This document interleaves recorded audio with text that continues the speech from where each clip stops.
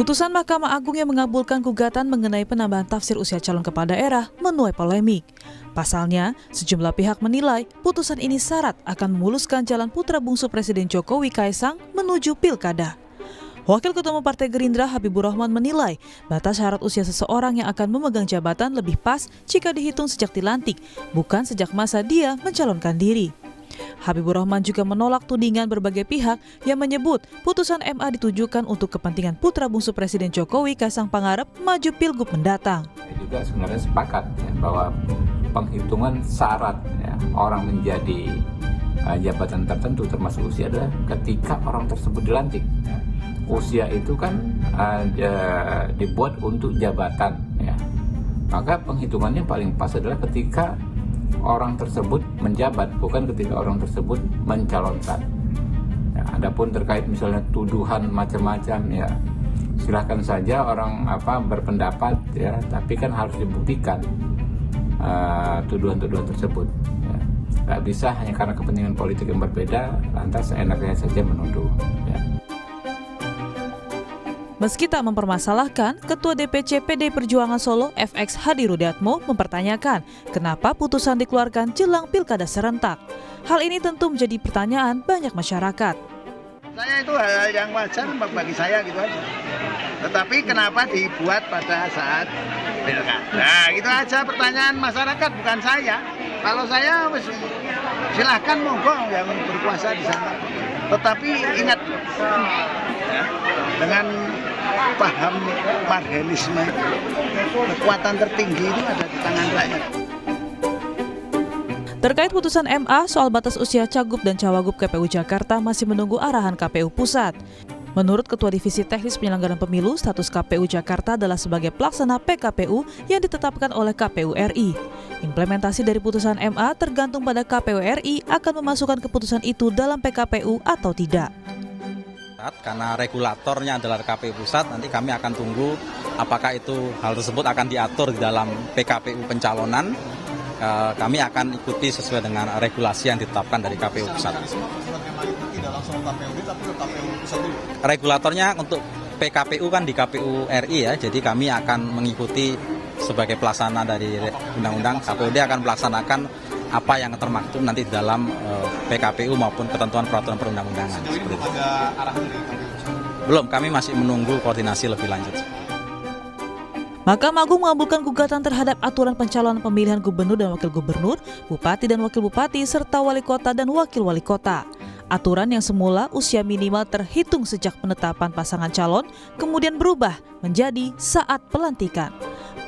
Tim Liputan Kompas TV. Keputusan Mahkamah Agung yang mengabulkan mengenai batas usia kepala daerah menimbulkan reaksi dari berbagai kalangan. Putusan ini diisyaratkan sebagai jalan putra bungsu Presiden Joko Widodo Kaisang Pangarep yang digadang-gadang akan maju di pilkada Jakarta mendatang. Lalu apa sebenarnya dampak dari putusan ini? Benarkah putusan ini jadi jalan langgengnya dinasti politik Jokowi atau justru malah menjadi pintu masuk generasi muda menjadi pemimpin daerah? Kami ulas bersama sejumlah narasumber yang hadir di studio. Ada Wakil Ketua Umum Partai Gerindra Habibur Rahman dan analis komunikasi politik Universitas Paramadina Ahmad Khairul Umam. Selamat pagi Mas Umam, Bung Habib. Selamat pagi Umam. Nanti juga akan ada di studio, tapi sekarang sementara ada virtual dulu dari Partai Solidaritas Indonesia, Ketua DPP PSI Syahril Tansil, dan juga ada politisi PDI Perjuangan Andreas Hugo Parera. Selamat pagi Syahril dan Bung Andreas. Ya, halo semuanya. Oke. Halo. Selamat pagi. Ya. Selamat pagi guys. Ini yang punya hajat dulu nih, punya kepentingan dulu ya Partai Solidaritas Indonesia terhadap Kaisang Pangarep dan langkah politiknya nanti di pilkada, entah itu nanti di pilkada Jakarta atau di pilkada manapun. Jadi benar nih Syahril, Mas Kaisang ini mau maju pilgub di Jakarta apa di mana nih? Oke, tadi kalau Mas Teh bilang yang punya kepentingan ya, karena sebenarnya gini, kepentingan kita itu anak-anak muda, lebih banyak lagi yang bisa masuk dalam perhelatan pilkada. Tapi kalau mengacu pada putusan MK, kita harus juga mengedukasi publik nih bahwa itu putusan yang menggugat tidak ada hubungannya dengan PSI. Oke. Yang menggugat adalah ketua umum dari Partai Garuda Ya. dan kami bahkan tidak tahu menahu, tidak ada komunikasi sama sekali. Tapi dengan putusan yang terbaru ini Ya. kami mengapresiasi bahwa berarti sudah lebih ada ruang lagi untuk anak muda ya. Dan kalau misalnya pertanyaannya apakah Mas Ketum, Mas Kaisang Pangarep akan maju dalam ajang pilkada, sampai saat ini memang begitu banyak ya aspirasi dari akar rumput yang datang ke DPP PSI mengharapkan Mas Kaisang untuk maju misalnya dari pilkada, untuk pilkada DKI Jakarta, Jawa Tengah, Surabaya juga ada yang masuk. Tapi sampai saat ini Mas Ketum fokusnya adalah memenangkan kader-kader PSI yang maju dalam pilkada maupun calon-calon kepala daerah yang akan diusung oleh PSI. Jadi sampai minggu lalu saya ketemu dengan Mas Kaisang itu ya sekitar hari Kamis atau Jumat itu Ya. di DPP. Beliau masih rutin bertemu dengan calon-calon kepala daerah baik calon bupati, wakil bupati maupun calon gubernur, wakil gubernur yang datang ke DPP. Jadi belum ada sama sekali komunikasi apakah keputusan garis yang diterima oleh partai apakah Mas Kaisang ingin maju berlaga sebagai kandidat atau tidak. Tapi tentunya kami apresiasi dengan keputusan terbaru ini ya dari institusi yang memutuskan bahwa saat pelantikan berusia 30, berarti ini membuka ruang lebih banyak lagi untuk anak muda. Oke. Ya, ini putusannya dari Mahkamah Agung begitu ya, kurang lebih tadi saya koreksi bukan MK, tapi ini yang jadi momentum juga kalau kata Sheryl tadi bisa anak muda bisa berlaga gitu ya di Pilkada Jakarta ataupun di pilkada-pilkada lainnya. Ini juga momentum yang sebenarnya banyak juga diapresiasi sebenarnya dari berbagai pihak begitu ya. Tapi momen ini tadi kan Sheryl mengatakan bahwa ini bukan tidak ada hubungannya dengan PSI karena yang memutuskan atau yang mengajukan, yang menggugat begitu lah ya. Ini dari Partai Garuda begitu. Tapi kok ya coincidence banget gitu dengan ada unggahan ini yang viral dari salah satu petinggi Partai Gerindra soal fotonya Mas Budi Jiwandono dengan Kaisang. Anda punya komentar soal ini, Sheryl? Kalau itu sebenarnya gini, sebelumnya kan juga ada flyer Mas Budi dengan Raffi Ahmad kan? Ya. Betul ya? Ya. Saya rasa sih itu kode-kode politik biasa dalam politik di Indonesia Gimik gitu ya? Politik dimanapun ini kode-kode supaya masyarakat ini ayo kita fokus lagi bahwa akan ada pilkada. Karena kemarin kan setelah pileg dan juga pilpres sepertinya orang nggak terlalu greget untuk pilkada ya.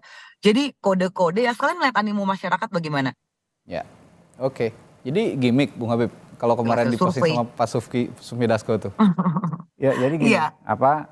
pertama kita diskusi dulu soal putusan MA. Oke. Kita kembali lah ini kayak kita kemarin berdebat kembali soal putusan MK. MK ya agak dejavu juga perdebatannya. Kata yang paling penting adalah erga omnes. Oke. Itu kan pengetahuan kita bersama, kita dapat dari para pakar. Erga omnes itu artinya putusan yang mengikat secara umum untuk semua orang. Ya. Itulah undang-undang itu kan. Itulah hasil produk juga dari putusan MK maupun putusan MA. Ya. Nah, pertanyaan-pertanyaannya dan jawaban-jawabannya pun saya pikir akan sama. Ya. Misalnya, kenapa diajukan menjelang pilpres atau pilkada? Oke. Ya tentu kan karena eventnya adalah ini terkait pilpres dan pilkada. Dan ada pomeo di di bidang hukum itu adalah keadilan yang tertunda adalah ketidakadilan. Artinya semakin ini tertunda persoalan untuk diselesaikan ya dari orang-orang yang menggugat maka menjadi ketidakadilan bagi orang-orang tersebut. Oke. Ya.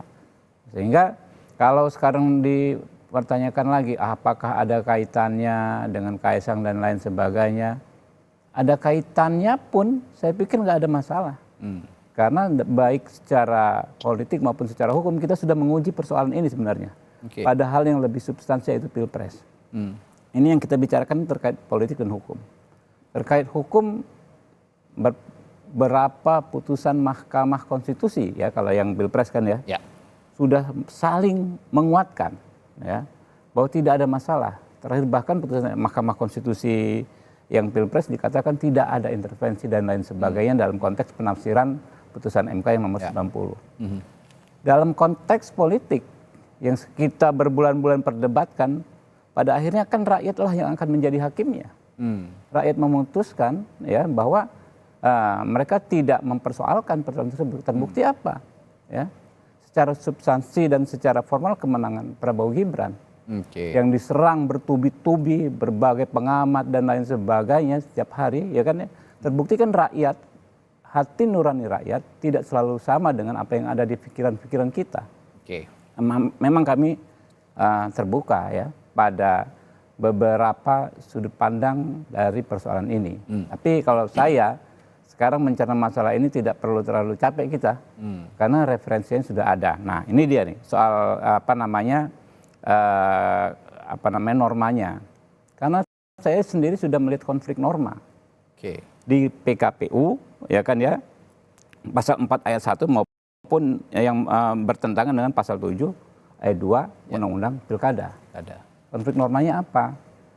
Di pasal 7 tidak diatur bahwa penghitungannya adalah pada saat pendaftaran, ya. Kemudian di PKPU diatur, sehingga menimbulkan perbedaan kondisi hukum, ya kan? Kalau tidak dibatasi, ya jelas, ya bahwa syarat orang itu mengacu pada situasi, kondisi, keadaan, tugas, beban dan tanggung jawab ketika dia menjabat, Oke. ya kan? Bukan ketika dia mencalonkan, karena ada disparasi waktu bisa saja, bisa berbulan-bulan. Oke. Saya bisa 40-50 tahun umur saya, ya kan ya, di bulan September yang akan datang. Tapi sekarang belum. Kalau ini penting sekali, di administrasi penting sekali, ya kan ya. Nah sehingga acuan syarat itu ya adalah ketika jabatan itu ada dan melekat. Oke. Kita contoh acuan lagi adalah pasal 6 ayat 2 konstitusi kita, ya, yang mendelegasikan pengaturan soal syarat menjadi capres dan cawapres Oke. kepada undang-undang di pasal 6 ayat 2, ya. Jadi bukan syarat menjadi calon presiden kalau di konstitusi kita. Nah ini semakin kuat lagi. Saya terus terang belum baca secara detail putusan Mahkamah Konstitusi ini.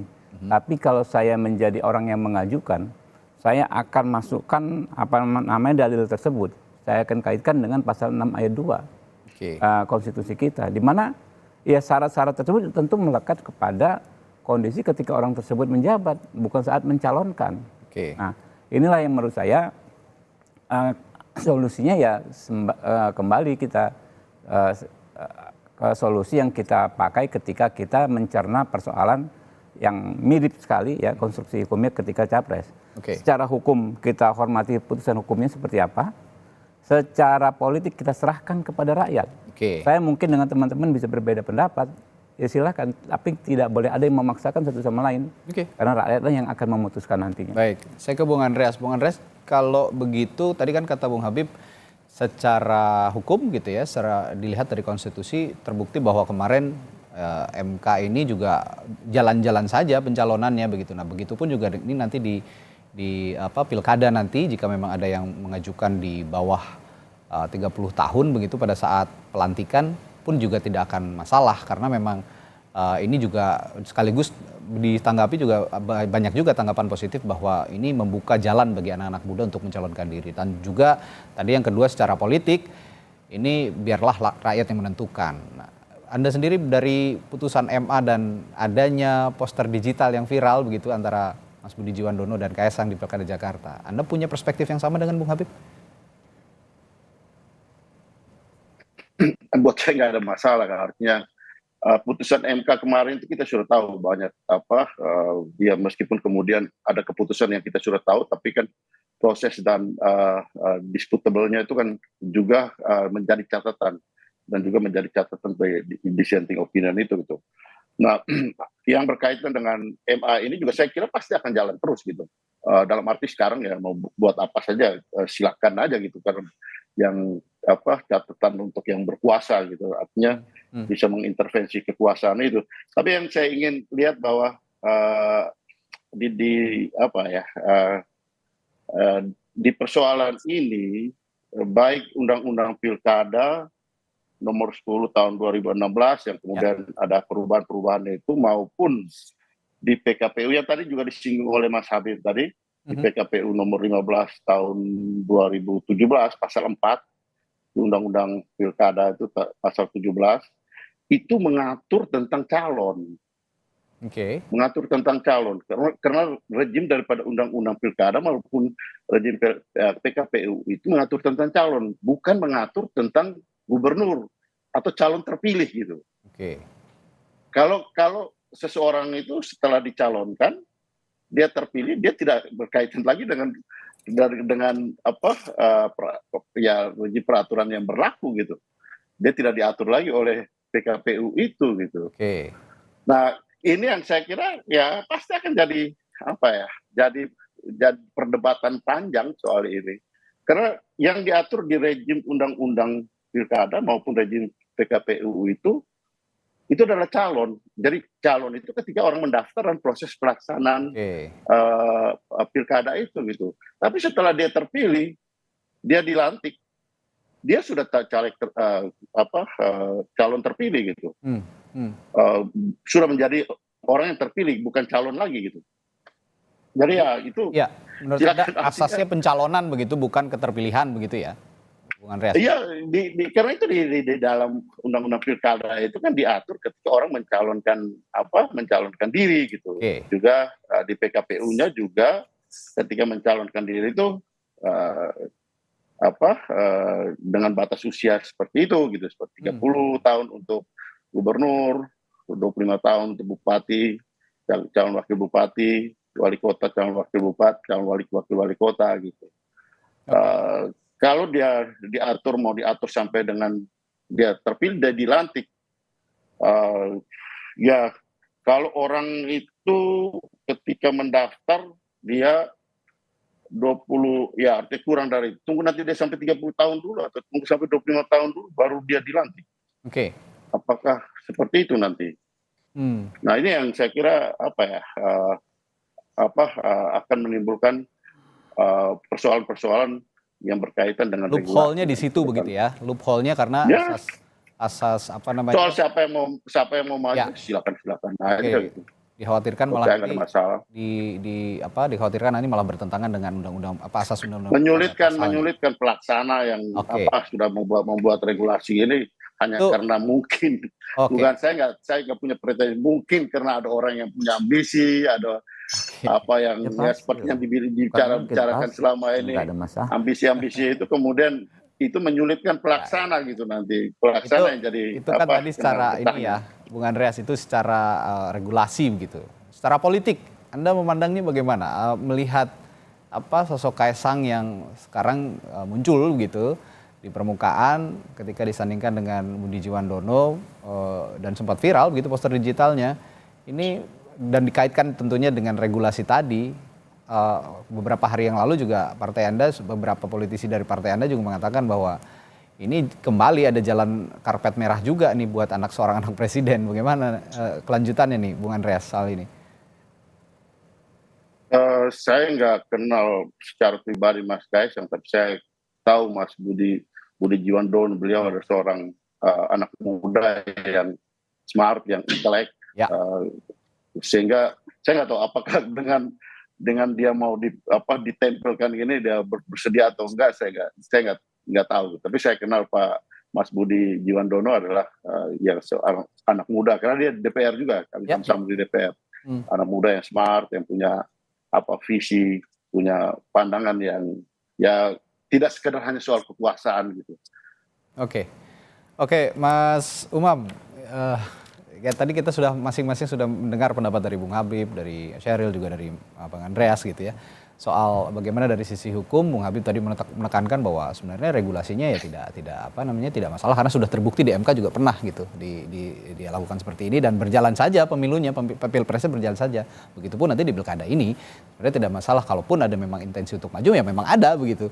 Ini tidak ada masalah, secara politik pun begitu sosok anak muda yang dimunculkan ke permukaan akhir-akhir ini, karena tidak heran pemilih Jakarta yang 8 juta lebih ini juga mostly anak muda begitu. Anda mempunyai perspektif yang sama atau ada analisis lain? Iya, secara umum ini tadi yang disampaikan Mas Reddy seolah menjadi sebuah fenomena yang berulang. Jadi ada semacam deja vu dari apa yang kemarin terjadi di momentum putusan 90 di Mahkamah Konstitusi. Betul tadi yang disampaikan oleh Bang Habib bahwa proses itu sudah berjalan dengan segala argumen, MK juga sudah mencoba untuk mengklarifikasi dan lain sebagainya. Dan dalam konteks ini putusan MA karena sudah dikeluarkan maka dia berlaku. Ada asumsi dasar dalam hukum res judicata pro veritate habetur, bahwa apa yang menjadi putusan hakim itu dianggap sebagai sebuah kebenaran. Tetapi di saat yang sama tentu rasional publik mencoba untuk membaca beberapa hal.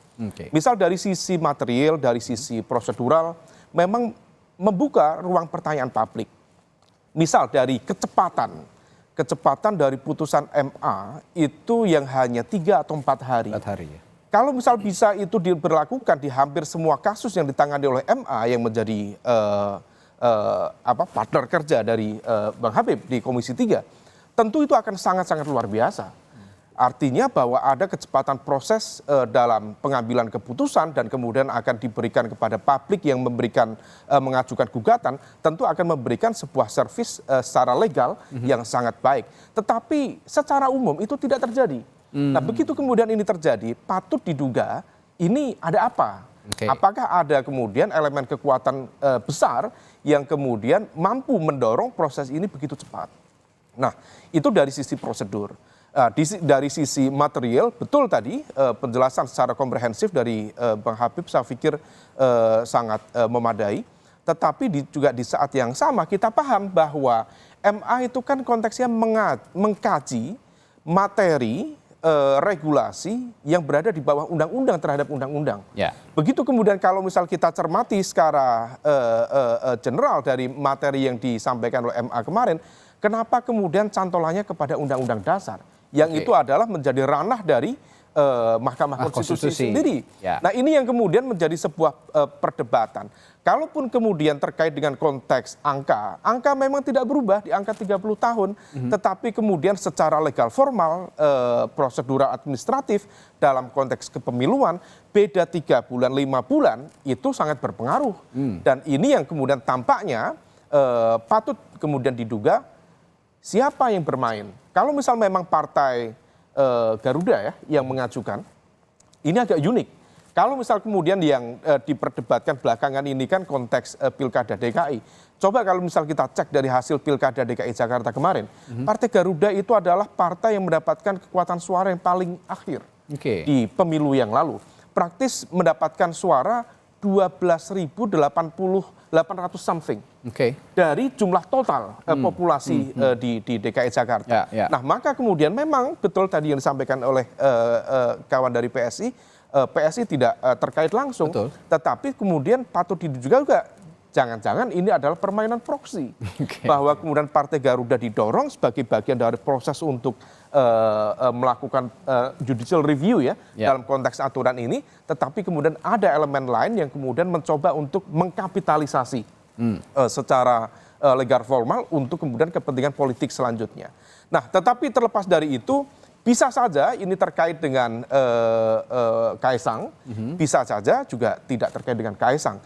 Memang terlalu dini kalau misal kemudian kita mencoba untuk meletakkan ini sebagai bentuk tuduhan dalam konteks tuduhan secara langsung ya. Tetapi kalau misal kemudian proses nanti berkembang dan ternyata memang Kaisang mencoba atau menikmati proses ini menjadi bagian dari legal formal yang kemudian memberikan ruang dia sebagai karpet merah itu, ya maka ini menjadi sebuah kegelisahan tersendiri. Bagaimana kemudian aturan hukum begitu dengan mudah bisa disesuaikan dengan agenda kepentingan, elemen kepentingan kelompok tertentu. Memang tidak melanggar aturan, ini juga dilakukan secara konstitusional, tetapi ketika kemudian mekanisme hukum bisa dengan mudah disesuaikan dengan elemen kekuatan politik tertentu, memfasilitasi kekuatan politik tertentu, ini seolah kemudian mengembalikan apa yang kemarin menjadi perdebatan di 2023 tentang fenomena autocratic legalism. Kita tidak ingin itu terjadi, terutama di pemerintahan baru nanti kita berharap proses demokrasi semakin matang, supremasi hukum juga semakin substantif dan keadilan hukum juga semakin dirasakan oleh publik ke depan. Nah, yang ingin saya tekankan juga tadi ada perdebatan soal frasa ya. Frasa yang terjadi di perubahan pada salah satu pasal di PKPU itu yang kemudian diubah oleh Mahkamah Agung untuk kemudian diperintahkan kepada KPU untuk mengubah PKPU itu. Yang mana sebelumnya pada saat pencalonan, begitu pendaftaran, menjadi saat pelantikan. Nah, tadi kalau kata Bung Andreas kan ini asasnya berbeda, karena kalau pilkada itu ataupun pemilihan umum lah ya, biasanya kan batas usia itu diterapkan pada saat pencalonan, pendaftaran begitu, bukan saat pelantikan, karena rezimnya rezim pilkada. Saya juga akan minta pendapat ini pada Mas Umam, tapi kita jeda dulu. Setelah jeda di Sapa Indonesia Pagi akan saya tanyakan. Tetaplah bersama kami.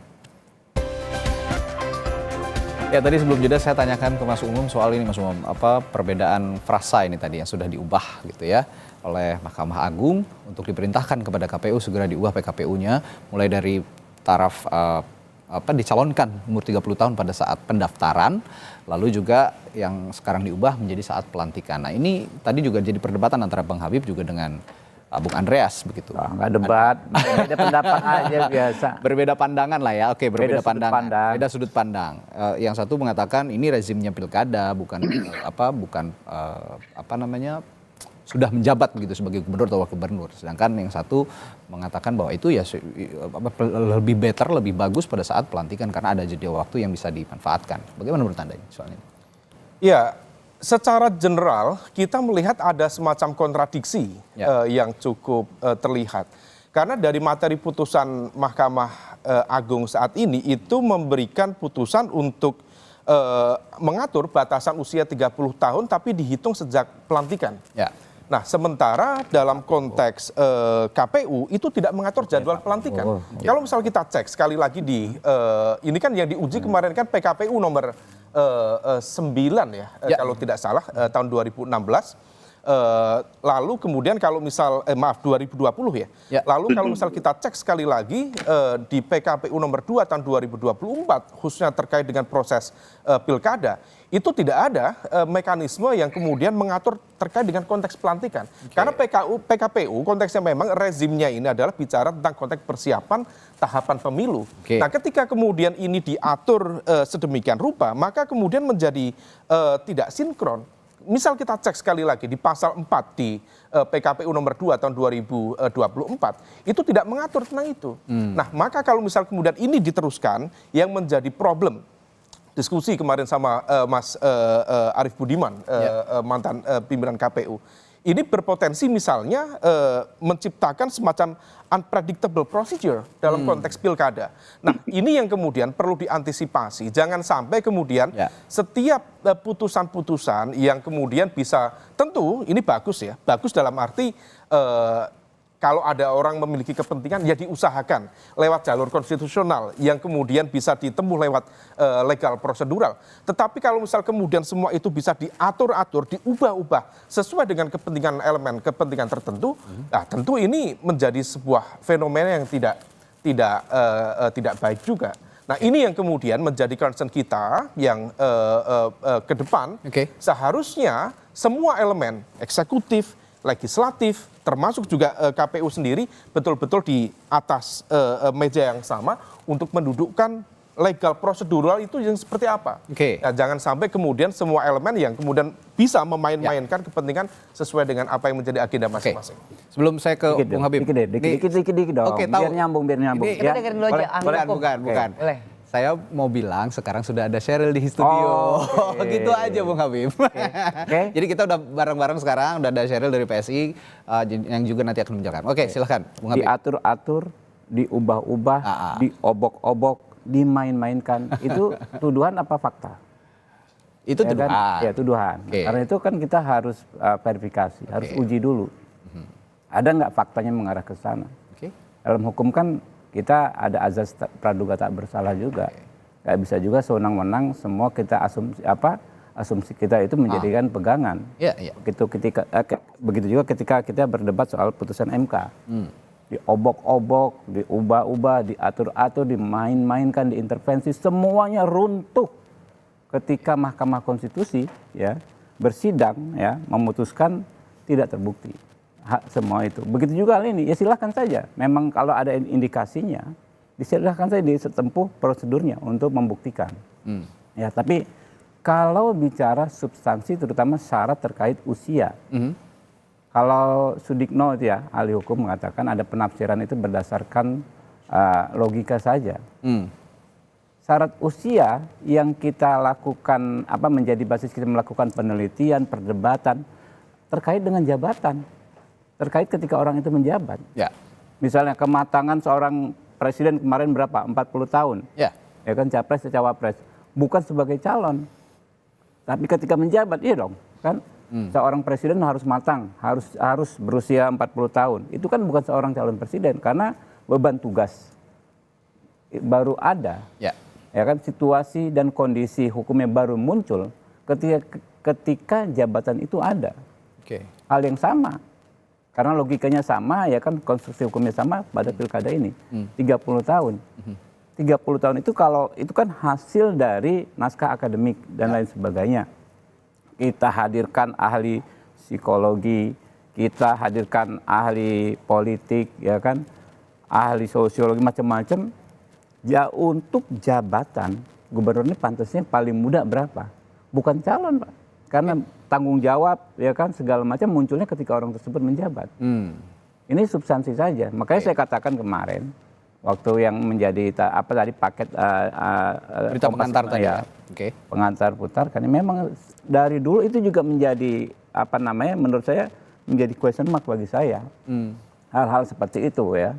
Memang harusnya ya diatur ketika menjabat, karena ada waktu yang cukup panjang dari proses pendaftaran sampai ke pelantikan. Itu bisa berbulan-bulan. Tapi menurut Anda tidak akan bertentangan dengan undang-undang pilkadanya sendiri nanti? Oh ya, justru itu undang-undang pilkada. Yang harus direvisi juga. Nggak bertentangan, karena tidak diatur di undang-undang pilkada. Undang-undang pilkada nggak mengatur. Lebih dirinci di PKPU begitu. Nah, tadi kita diskusi soal apakah boleh menguatkan argumentasi uji materi di MA dengan undang-undang dasar. Siapa yang melarang? Ada nggak larangan? Bahwa pedoman utama kita berhukum itu konstitusi di Indonesia ya, konstitusi. Jadi kalau ada produk perundang-undangan di bawah undang-undang bertentangan atau berkonflik norma dengan undang-undang sekaligus konflik norma dengan konstitusi, siapa yang melarang untuk memasukkan dalil tersebut dalam permohonan maupun dalam pertimbangan-pertimbangan putusan? Menurut saya tidak ada. Karena kalau kita baca jelas-jelas ya di pasal 6 ayat 2, bukan syarat calon presiden, syarat untuk menjadi presiden, syarat presiden dan wakil presiden. Nah, ini yang menurut saya sudah ngikat nih Pak. Dalam konteks politik maupun dalam konteks hukum ini sudah nggak ada persoalan sama sekali. Tadi dalam konteks prosedural ya kan, misalnya kok ini pasti ada kaitannya dengan PSI dan lain sebagainya. Menurut saya kalau toh seorang Kaisang sekalipun yang mengajukan persoalan justru malah lebih baik. Kenapa? Semakin relevan, oleh dia punya hak sebagai bagian dari anak muda yang dirugikan dengan regulasi tersebut. Dia menempuh dengan cara hukum. Mendaftar, ya kalau toh dia mendaftar ya, lalu kan mengajukan saksi dan lain sebagainya. Itu kan proses yang memang kita sediakan, jalan yang kita sediakan. Jadi kalau mengobok-obok misalnya dengan putusan presiden, Kepres, ya kan, dengan hak subjektif orang tuanya dirubah, itu baru kita persoalkan. Kalau ini kan lewat Mahkamah Agung, ya kan, tinggal dibuktikan saja kalau ada intervensi. Nah, nggak bisa kita berasumsi. Kalau posisi tempatnya asumsi itu kan di dunia politik. Tapi di dunia politik juga kita nggak bisa orang-orang asumsi. Karena apa yang kita asumsikan ternyata berbeda dengan hati nurani rakyat. Tapi saya juga akan beri kesempatan buat Syahril juga sebagai kader PSI juga dari PSI untuk menetralisir ada tudingan-tudingan seperti itu loh. Seperti yang diutarakan Mas Umam tadi juga oleh Bung Andreas. Kok ya sangat kebetulan gitu kira-kira ada momen seperti ini ketika diubah dan cepat gitu waktunya dalam 4 hari. Jangan-jangan ada proksi juga, kalau kata Mas Umam tadi ada proksi juga yang diarahkan meskipun itu Partai Garuda, tapi ada proksi ketika itu bersama-sama diagendakan oleh sejumlah partai. Bagaimana Anda menjawab ini? Kalau saya menjawabnya gini, saya perwakilan dari Partai Anak Muda. Kita jangan, negara kita ini terlalu sibuk dengan hal-hal yang menurut saya bukan substansi. Tadi kan yang pertama kali mengatakan substansi dari Mas Radi ya. Saya rasa gini, kita kembalikan saja siapapun yang ingin maju seharusnya membawa visi dan misi yang terbaik untuk rakyat. Ini bukan hanya masalah umur saja. Saya buka ya, ini negara dunia ini kan semakin maju, semakin berkembang dan semakin dinamis ya. Misalnya di Jepang itu tahun lalu sudah ada mayor itu sekelas wali kota begitu ya. Dia berusia 26 tahun. Mayor. Ya, dia lulusan Harvard, dia bawa visi misi yang sangat bagus dan sebelum itu dia juga sudah punya track record sebagai penggiat aktivis yang mengusahakan beasiswa bagi orang-orang Jepang ke luar negeri. Dan ketika dia maju, dia betul-betul membawa visi misi yaitu bagaimana kelangsungan hidup anak muda. Karena di Jepang itu anak muda itu stres. Mereka tuh banyak yang bunuh diri karena nggak tahu gimana masa depan mereka ke depan. Dan saya rasa di Indonesia juga saat ini Gen Z, Gen Alpha bahkan karena mereka pintar, mereka juga sudah punya kekhawatiran yang besar, anxiety tentang future, tentang masa depan. Jadi saya rasa kalau kita kembalikan lagi ya, ini bukan masalah umur belaka, bukan hanya masalah berapa bulan beda, atau kapan dilantik, atau kapan penetapan usianya. Tapi ini masalah substansi apa yang dibawa oleh siapapun calon. Mau dia tua, mau dia muda. Saya mundur sedikit ya, ini ke negara yang demokrasinya salah satu tertua di dunia, Amerika, atau mungkin yang paling tua bahkan ya. Amerika punya 35 negara bagian, dan dari sekian banyak negara bagian, saya bacain satu-satu ya, ini dari 7 negara bagian yang batas usia untuk governor atau kepala daerah di sana adalah 25 tahun. Lalu ada 1 negara bagian yang 21 tahun batas usia, bahkan ada 5 yang 18 tahun, dan ada 23 lainnya 30 tahun tentunya ya. Tapi ada satu yang menarik yaitu di Vermont. Di Vermont itu bahkan tidak ada batas usia. Dia hanya memberikan ketentuan siapapun yang menjadi pemimpin kepala daerah di sana cukup tinggal 4 tahun di Vermont. Dan tahun 2018 ini sempat mengguncang dunia karena ada anak berusia 14 tahun. Didukung oleh Partai Demokrat, dia mengajukan diri dan resmi sebagai kandidat. Nah pada saat itu tentunya dia belum berhasil menang ya. Ini yang saya mau mengatakan bahwa apa? Selama dia bisa membawa visi misi yang bagus untuk rakyat, ada partai yang mau mendukung. Dalam hal ini Demokrat ya kalau di Vermont. Dan akhirnya dia tidak menang karena mungkin masih kurang pengalaman. Dan pada akhirnya ini kan demokrasi, yang memilih adalah rakyat. Jadi kalau kita kembalikan ke Indonesia, kenapa sih orang takut sekali dengan semua keluarga Pak Jokowi? Kenapa? Apa karena takut bahwa dia akan menjadi calon-calon kuat karena punya visi misi yang sangat bagus? Kita ingat dulu ketika semua orang berkelut dengan usia Gibran, dan selalu ketika saya diundang dalam dialog manapun orang mengembalikan ke etika, MK dan lain sebagainya. Tapi begitu kita sampai pada perdebatan Capres-Cawapres, semua orang diam. Semua dia melihat bagaimana cupu ternyata suhu. Jadi saya rasa kita kembalikan lagi ke substansi ya. Substansi bukan hanya usia, kematangan saya setuju dengan Mas Habib, kematangan, dan saya juga setuju dengan Mas Khoirul ini terkait dengan bagaimana penyelenggara jangan sampai jadi rancu ya penyelenggaranya. Jadi itulah kita perlu sekali dengan undang-undang. Itu yang perlu didudukan juga bersama. Ya, tapi balik lagi substansi apa yang ingin dibawa ditawarkan kepada masyarakat. Ini studi kasus yang sangat baik ya Mas Redi.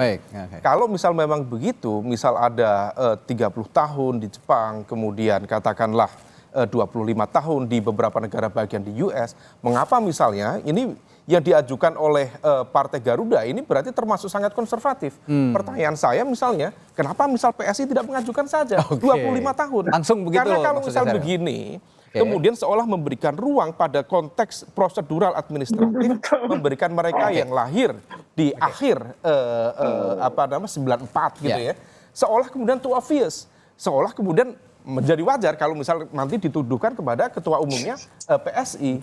Nah, kalau misal memang begitu, alangkah lebih cantik gitu. Ini kalau pola permainannya, ajukan saja langsung 25. Gitu dari PSI. Toh juga mayor atau wali kota dalam konteks region atau bupati, toh juga di angka itu. Nah, ini yang kemudian tampaknya kemarin waktu mengajukan itu harusnya diskusi dulu sama Mas Redi. Jadi permainannya lebih cantik lagi. Bukan. Oke. Saya kasih kesempatan dulu nih buat Bung Andreas. Dan sama perdebatannya, tadi yang disampaikan oleh Bang Habib, mengajukan para psikolog dan lain sebagainya. Jadi apa beda antara 5 bulan dengan 3 bulan dalam konteks kepemimpinan publik? Dalam konteks umur 30 tahun yang sama, apa bedanya perbedaan 5 bulan itu? Nah ini yang kemudian perlu dijawab barangkali nanti kepada masyarakat. Nah ini juga Bung Andreas juga udah senyum-senyum nih dari tadi. Tapi tadi kata Sheryl, sudahlah lupakan soal apa ya perdebatan bahwa ini sebatas umur, sebatas apa gitu. Ada contoh kasus yang tadi diutarakan lebih gamblang, lebih memberi kesempatan kepada anak muda yang punya visi ke depan, dan pola pikirnya juga sudah dimoderasi dengan keadaan zaman saat ini. Bagaimana Bung Andreas merespons hal ini? PSI muda tapi paling dewasa ini. Silakan Bung Andreas. Kita hal sepele diperdebatkan Saya 100% anak muda ya dengan contoh-contoh tadi, tapi saya ini juga pernah muda gitu. Dan saya kira kita semua ini pernah muda, kita mencapai apa ya, Bang Habib juga pernah muda, dia aktivis 98. Kita mencapai ini dengan kerja keras gitu, dengan perjuangan. Itu yang gubernur-gubernur tadi, wali kota yang disampaikan oleh Ibu Sheryl tadi, itu adalah orang-orang yang meniti karir gitu, meniti karir dari bawah dengan pekerja keras gitu, dan mereka kemudian mencapai posisi-posisinya. Dan itu saya kira kita sangat menghargai itu. Nah, saya harapkan di Indonesia juga begitu. Bukan kita yang itu tadi Mas Tarung Umum tadi singgung, ini yang di Indonesia ini gejala yang lebih dominan selama 2000 ini autocratic legalism. Apa yang gimana ada kecenderungan menggunakan kekuasaan ini dengan jalan legalisasi dari apa yang sudah untuk melanggengkan kekuasaan. Nah, ini yang bahaya gitu. Nah, saya khawatir perjalanan waktu sekarang ini meninggalkan kesulitan untuk pemerintahan yang akan datang. Nah, ini yang ya Bung Habib ya, saya hanya mengingatkan, menyampaikan ini. Terserah Anda mau mendengar atau tidak. Tapi ini akan meninggalkan persoalan untuk yang akan datang. Karena gejala autocratic legalism ini yang lebih dominan ketimbang meritokrasi yang terjadi dengan contoh-contoh tadi. Itu adalah meritokrasi di dalam politik. Kalau yang terjadi di Indonesia ini autocratic legalism. Nah, ini bedanya gitu dengan apa yang kita diskusikan sekarang ini dengan pengalaman-pengalaman di luar negeri yang terhormat Ibu Sheryl sampaikan tadi gitu. Nah, itu ininya. Oke, baik. Mas Rani, saya boleh menanggapi sedikit. Silakan. Tadi dikatakan nanti gantian dengan Bung Habib soal tadi meritokrasi. dikatakan bahwa meniti karir. Saya juga punya data di Arkansas tahun lalu, itu ada anak berusia 18 tahun menjadi mayor, terpilih di Arkansas. Dan lawan yang dia kalahkan adalah orang yang sudah meniti karir 40 tahun di balai kota di Arkansas. Jadi dalam hal ini kembali lagi ya, rakyat akan melihat mungkin mereka ingin membawa pembaharuan, visi misi apa. Anda mau mengatakan ini politik modern gitu ya? Karir yang panjang tidak menjadi jaminan bahwa seseorang bisa populer, bukan disukai dan akhirnya dipilih. Prestasi pasti. Gitu loh. Nah, bukan kalau terkait prestasi pada akhirnya ya. Sebentar Bung Andreas. Sebentar. Oke, silakan. Kalau terkait prestasi ya kita bisa cara melihat persoalan beda.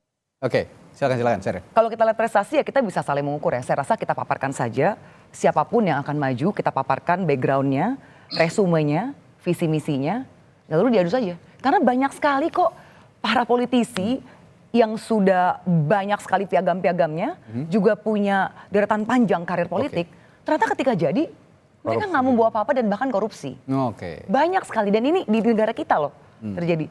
Jadi ayolah kita harus lebih berpikiran terbuka, jangan lalu kita menuduh ini ada permainan, lagi-lagi menuduh siapapun keluarga Jokowi bahkan Jan Etes dibawa-bawa begitu ya. Kita terbuka lah, kita kembali ke rakyat ini butuhnya apa, mereka akan menilai. Dan zaman sekarang sangat mudah untuk mencari tahu track record dari siapapun yang maju. Ya, jadi kita memang usia saya ini pas 50 nih. Kita harus refleksi soal redefinisi meritokrasi itu seperti apa. Kalau saya untuk jadi anggota DPR ya kan, mulai dari aktivis mahasiswa kelompok studi, baru mau ikut demo, lalu jadi pembicara di seminar-seminar bertahun-tahun, lalu menjadi aktivis di tingkatan Jakarta, baru menjadi advokat, ya itu puluhan tahun. Tapi memang sekarang faktanya karena kemajuan teknologi dan lain sebagainya, ada teman-teman yang tadi ya hanya di medsos 1-2 tahun bisa eksis, ya kan ya, bisa menyampaikan pikiran-pikirannya dan diterima dengan masyarakat, kemudian terpilih lalu bisa membuktikan pikiran-pikiran tersebut bermanfaat bagi masyarakat. Ini hal yang positif yang menurut saya justru kita harus menyesuaikan diri. Mas Budi Jiwandono ya, Mas Budi Jiwandono ini masih muda. Tapi termasuk teman-teman PSI, sorry ya, saya mengamati benar. Mulai dulu si Sarah Amani ya kemudian Samara ya kan teman-teman PSI. Samara itu kan naik ketika dia ribut-ribut Fadlizon kalau nggak salah ya, ya kan di Twitter waktu itu ya. Tapi begitu saya ketemu Samara, kita terbengong-bengong, Pak ini anak pinter banget gitu loh, cerdas banget gitu. Jadi apa yang disebut meritokrasi ala zaman generasi saya ke atas di zaman dulu, tentu perlu kita definisikan apakah memang prosesnya harus panjang. Tapi karena ada teknologi, kita bisa memotong waktu yang cukup signifikan, sehingga justru kita bisa mendapatkan sumber daya manusia yang jauh lebih berkualitas. Karena usia muda sudah pintar, sudah banyak pengalaman. Pengalaman itu kalau kita dulu harus ngalamin sendiri. Kalau sekarang mereka bisa searching, bisa googling, bisa pakai AI bahkan sekarang gitu kan. Ya nanti kita buktikan hal seperti Sebelum itu. saya ke Mas Umam, saya kasih kesempatan lagi ke Bung Andreas. Bung Andreas, Anda punya jawaban soal ini? Saya paham dengan apa yang disampaikan. Memang zaman berbeda gitu. Tapi itu tadi, proses itu penting dan cara memperoleh itu penting. Nah itu yang saya yang saya singgung tadi gitu. Ada satu pepatah di dalam bahasa Latin, dia bilang ascendit sine labore, descendit sine honore. Orang naik tanpa kerja keras, turun tanpa kehormatan. Itu ya ini hal yang sering terjadi gitu. Dalam arti apa?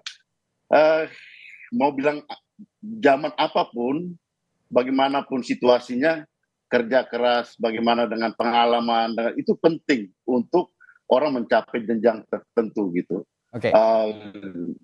Tidak dengan cara yang saya katakan tadi, gejala yang terjadi di Indonesia ini adalah autocratic legalism yang teman-teman banyak pengamat yang menyampaikan seperti itu, tadi Mas Umam juga singgung. Itu fenomena yang saya khawatir ini akan meninggalkan jejak yang buruk untuk pemerintahan yang akan datang. Dan ya mohon maaf ya kalau saya salah ya lebih baik gitu, tapi kalau ini benar ya kasihan buat kita bangsa Indonesia ini gitu. Ya, kalau memang benar alhamdulillah, tapi kalau salah ya harus diperbaiki juga lah kira-kira begitu. Tapi yang menarik ini terakhir Mas Umam, benarkah ada perubahan pola meritokrasi politik di era politik modern ataukah ini privilege sebenarnya? Soal-soal seperti ini. Ya tentu kita perlu melihat secara lebih umum dulu ya, karena bagaimanapun juga apa yang terjadi dalam sebuah dinamika politik tentu akan sangat erat kaitannya dengan nature of power dalam suatu negara. Kalau misal memang benar ini terkait dengan konteks Pilkada DKI Jakarta, itu akan jauh lebih besar lagi magnitude-nya. Karena bagaimanapun juga Jakarta bukan sekedar Jakarta, ini bukan sekedar melihat sebagai sebuah kota administratif, tetapi juga ada kekuatan ekonomi politik yang sangat besar. Ada struktur kekuatan pemerintahan daerah dengan APBD 87 triliun. Dan itu akan menentukan bagaimana kemudian kekuatan politik, juga ekonomi pada konteks 5 tahun ke depan. Maka kalau misal kemudian kita cermati, kita sambil melihat perkembangannya, apakah kemudian ini memang terkait dengan ketua umumnya Mbak Sheryl, ataukah memang tidak? Kalau misal memang iya, tentu ini akan menjadi sebuah evaluasi dalam konteks demokrasi secara umum.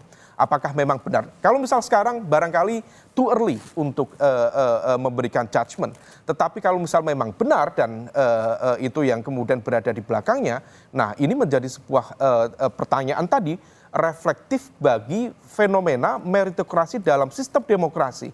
Meritokrasi itu sangat penting, tetapi kalau misal kemudian ada model-model privilege atau keistimewaan tertentu bagi elemen kekuatan tertentu, tentu ini menjadi agak kurang sehat. Tidak sesuai dengan apa yang tadi diidealkan oleh teman-teman yang mencoba mengadvokasi politik kaum muda.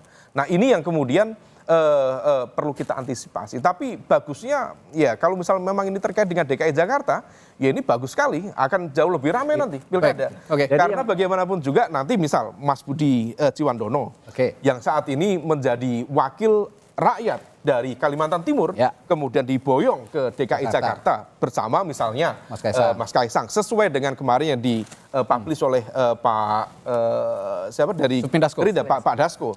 Lalu kemudian berhadapan, let's say dari siapapun, salah satu yang terkuat barangkali dari Mas Anies Baswedan. Nah, masyarakat DKI memiliki tingkat literasi yang jauh lebih baik dibanding dengan masyarakat kita secara umum. Maka ini akan menjadi sebuah pertaruhan. Sekaligus juga test case pada level mana masyarakat yang dengan tingkat literasi terbaik barangkali di Indonesia untuk mencerna bagaimana fenomena ini terjadi, lalu bagaimana kemudian mereka memberikan assessment dalam konteks tadi etika, meritokrasi, bicara tentang kapasitas, capability, integritas. Nah, disitulah kemudian nanti akan menjadi sebuah pelajaran penting bagi demokrasi ke depan. Saya yakin masyarakat DKI juga nggak akan termakan lah sama isu-isu receh Jadi gitu gini, ya, Bib. yang namanya argumentasi dikaitkan dengan privilege itu gugur, hancur berantakan ketika kita bicara soal pemilu legislatif. Oke. Karena disitulah rakyat yang menilai. Justru semakin orang dikenali mendapatkan privilege, justru semakin tidak akan dipilih oleh rakyat. Nah, kita sudah buktikan di pemilu kemarin, ya Prabowo Gibran itu menang di DKI. Berarti kan tuduhan-tuduhan tersebut sudah hancur, ya berkeping-keping, karena rakyat memberikan putusan, ya tidak percaya dengan argumentasi-argumentasi tersebut. Ya begitu juga kali ini. Kita serahkan kepada rakyat. Ada statement terakhir, silakan. Ya, saya setuju sih ya, karena saya juga melihat, saya juga bertarung di DKI 3 kemarin kan, jadi bareng kita orang-orang DKI lah, kita tahu bagaimana polanya masyarakat DKI. Yang mau terima serangan Fajar masih banyak, Tetap tapi ada. mereka itu sangat tingkat literasi digitalnya lebih tinggi logical dibandingkan mind-nya dengan jalan masyarakat lain. ya. Mereka sangat pintar dan mereka tahu betul karena sudah pernah merasakan bagaimana Pak Basuki Cahayapurnama, Pak Anies ya. pernah memimpin DKI dan bagus hasilnya. Saya turun ke bawah, mereka semua bilang bagus. Jadi saya rasa mereka akan memilih sosok yang ya mereka timbang-timbang sepertinya akan membawa Mau digoreng kebijakan yang gimana, sama mereka bagusnya mikir sendiri, untuk Pak. mereka. Karena mereka sudah merasakan bagaimana pemimpin bagus itu bisa membantu mereka dari sisi misalnya dapat benefit untuk sekolah, untuk BPJS terutama, lalu ada PKH banyak sekali. Dan itu mereka rasakan betul di kalangan rakyat bawah. Jadi ya saya juga sangat excited untuk DKI, kita tunggu bersama. Ya, Bung Andreas, very last, singkat untuk DKI Jakarta ini dari PDI Perjuangan, gimana sejauh ini? Ya, saya kira ya mudah-mudahan diskusi kita ini ada manfaatnya untuk rakyat memilih ya pemimpin yang terbaik untuk DKI Jakarta, karena DKI ini penting untuk Indonesia secara keseluruhan. Oke, baik. Ini saya juga percaya bahwa masyarakat DKI sangat dewasa dalam berpolitik, sangat juga punya logical mind yang sangat baik begitu dalam konteks keterpilihan politik siapapun nanti yang akan mencalonkan diri, termasuk jika kalau memang Mas Kaisang dan Mas Budi Jiwandono manggung nanti di Pilkada Jakarta. Kita nantikan, sangat seru, saya setuju dengan semua narasumber saya pagi hari ini untuk menyaksikan sama-sama bagaimana perjalanan pertarungan Pilkada Jakarta nanti hingga November 2024. Terima kasih narasumber saya pagi hari ini, Wakil Ketua Umum PSI Syahrul Tansil, ada Bung Rohman, lalu juga politisi PD Perjuangan Andreas Hugo Pereira, dan analis politik dari Universitas Paramadina Bung Ahmad Khairul Umam. Terima kasih, saya selalu Bapak-Bapak, Ibu. Terima kasih, Mas Redi.